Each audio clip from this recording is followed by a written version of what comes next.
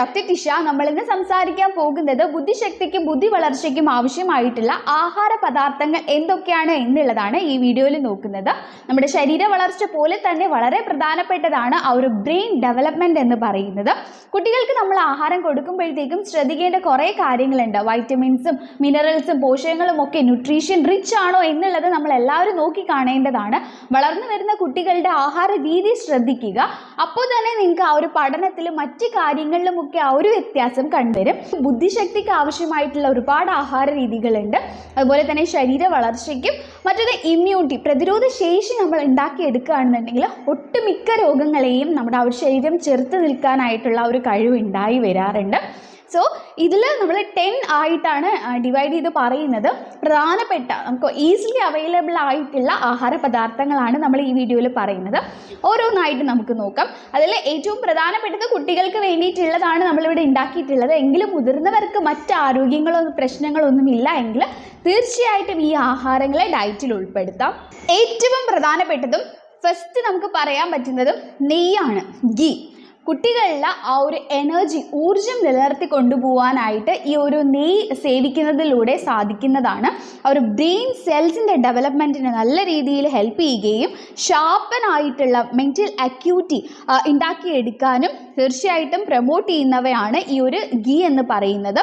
അപ്പോൾ ഈ ഒരു നെയ്യ് കഴിക്കാൻ കുട്ടികൾക്ക് തീർച്ചയായിട്ടും ബുദ്ധിമുട്ടുണ്ടായിരിക്കും. അപ്പോൾ നിങ്ങൾ എന്ത് ചെയ്യേണ്ടതെന്ന് വെച്ചാൽ ഒരു സ്പൂൺ ചൂടാക്കിയിട്ട് അതിൽ നെയ്യ് ഒഴിച്ചിട്ട് വേണമെങ്കിൽ കുട്ടികൾക്ക് കൊടുക്കാം. അല്ല എന്നുണ്ടെങ്കിൽ കഞ്ഞി വെള്ളത്തിൽ ചേർത്തിട്ട് ഒരു സ്പൂണ് ഇതുപോലെ കഞ്ഞി വെള്ളത്തിൽ ചേർത്തിട്ട് കൊടുക്കാം. മറ്റൊരു രീതി എന്ന് പറയുന്നത് ചോറ് കഴിക്കുമ്പോൾ ചെറുതായിട്ടൊന്ന് ചൂടാക്കിയിട്ട് അതൊഴിച്ച് കുട്ടികൾക്ക് കൊടുക്കാവുന്നതാണ്.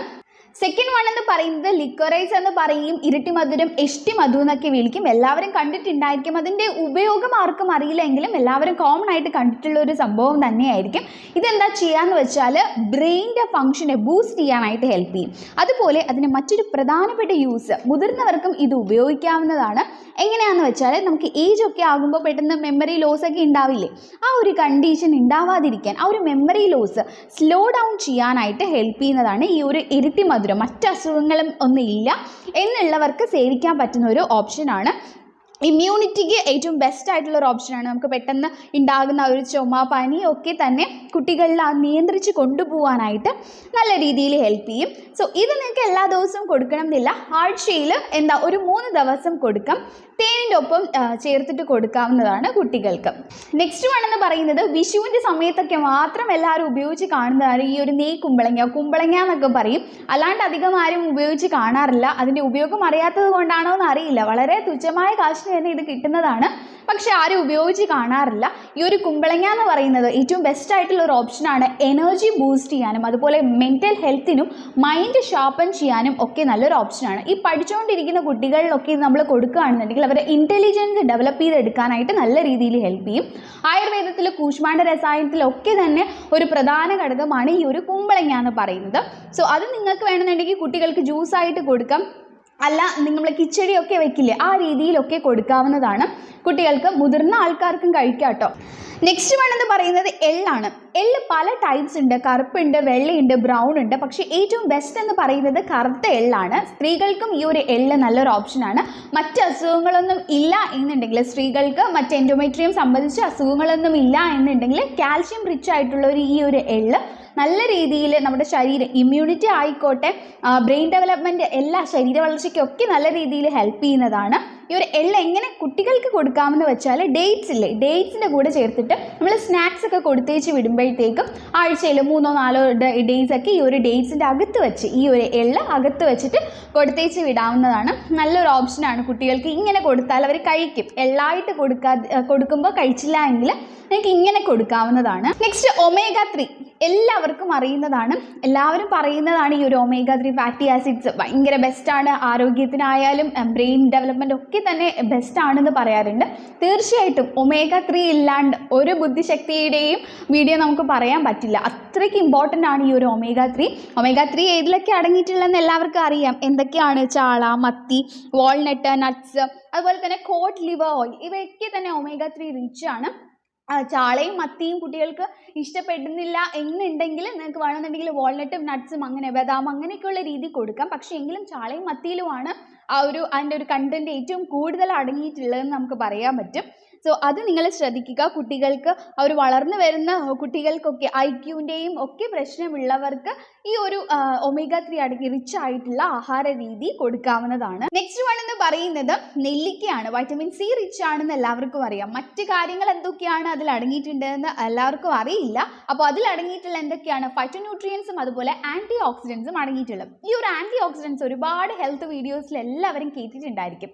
എന്താണ് ഈ ഒരു ആൻറ്റി ഓക്സിഡൻസ് എന്ന് വെച്ചാൽ അതിനെ ഫ്രീ റാഡിക്കൽ സ്കാവെഞ്ചർ എന്ന് നമുക്ക് പറയാം. ഈ ഒരു നമ്മുടെ ശരീരത്തിൽ ഉണ്ടാകുന്ന ഫ്രീ റാഡിക്കൽസ് കൂടുതൽ ഇങ്ങനെ ഉണ്ടാവാതിരിക്കാനായിട്ട് ഈ ഒരു ആൻറ്റി ഓക്സിഡൻസ് അടങ്ങിയിട്ടുള്ള ആഹാര രീതി നല്ല രീതിയിൽ ഹെൽപ്പ് ചെയ്യും. സ്കാവെഞ്ചർ എന്ന് പറയുമ്പോൾ എൻഗൾഫ് ചെയ്യുക എന്നാണ് അർത്ഥം. സോ ഇത് ഫ്രീ റാഡിക്കൽസ് ഉണ്ടാവുന്നതിനെ ഈ ഒരു ആൻറ്റി ഓക്സിഡൻസ് എന്ത് ചെയ്യും, നല്ല രീതിയിൽ അതൊന്ന് പ്രിവെൻറ്റ് ചെയ്ത് വെച്ചിട്ട് ശരീരത്തെ പ്രൊട്ടക്റ്റ് ചെയ്യാനായിട്ട് ഹെൽപ്പ് ചെയ്യുന്നതാണ് ഈ ഒരു ആൻറ്റി ഓക്സിഡൻസ്. അത് റിച്ച് ആണ് ഈ ഒരു നെല്ലിക്ക എന്ന് പറയുന്നത്. മറ്റു രീതി എന്തൊക്കെയാണെന്ന് വെച്ചാൽ ഒരു ഫ്രീ റാഡിക്കൽസ് നമ്മൾ പറഞ്ഞു, അതുപോലെ ബ്രെയിൻ സെൽസ്. അപ്പോൾ ഈ ഒരു ഫ്രീ റാഡിക്കൽസ് ഉണ്ടാവുന്നതിലൂടെ തന്നെ ബ്രെയിൻ സെൽസിനെ പ്രൊട്ടക്റ്റ് ചെയ്തിട്ട് ഈ ഫ്രീ റാഡിക്കൽസിനെ കംപ്ലീറ്റ് ആയിട്ട് നശിപ്പിക്കാനായിട്ട് ഈ ഒരു ആൻറ്റി ഓക്സിഡൻസ് അടങ്ങിയിട്ടുള്ള ആഹാര രീതി നല്ല രീതിയിൽ ഹെൽപ്പ് ചെയ്യും. അതിൽ പ്രധാനപ്പെട്ടതാണ് നെല്ലിക്ക എന്ന് പറയുന്നത്.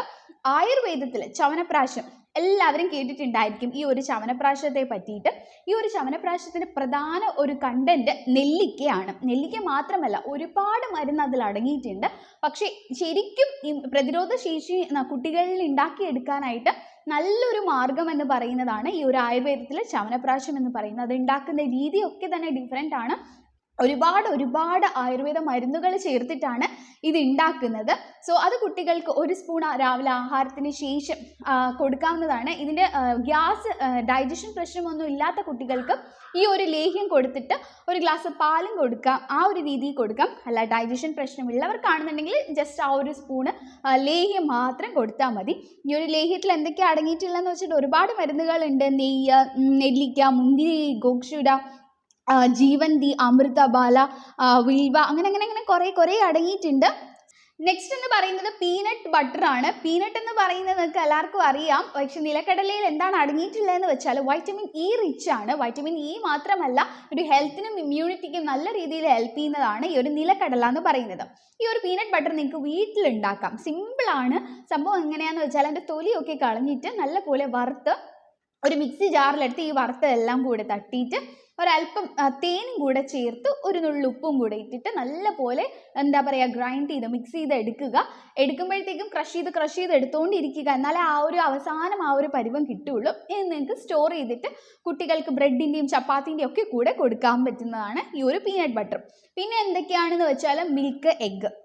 ആസ് യൂഷ്വൽ നമ്മൾ പറയുന്ന പോലെ ഒരു ഗ്ലാസ് പാലും മുട്ടയിലും വൈറ്റമിൻസും ബാക്കി നമ്മുടെ ശരീരത്തിന് ആവശ്യമായിട്ടുള്ള എല്ലാം അടങ്ങിയിട്ടുണ്ട് എന്ന് നമ്മൾ പറയാറുണ്ട്. സോ അതും കുട്ടികൾക്ക് കഴിക്കാൻ ബുദ്ധിമുട്ടുള്ള കുട്ടികളൊക്കെ ഉണ്ടായിരിക്കും ഈ ഒരു മുട്ട.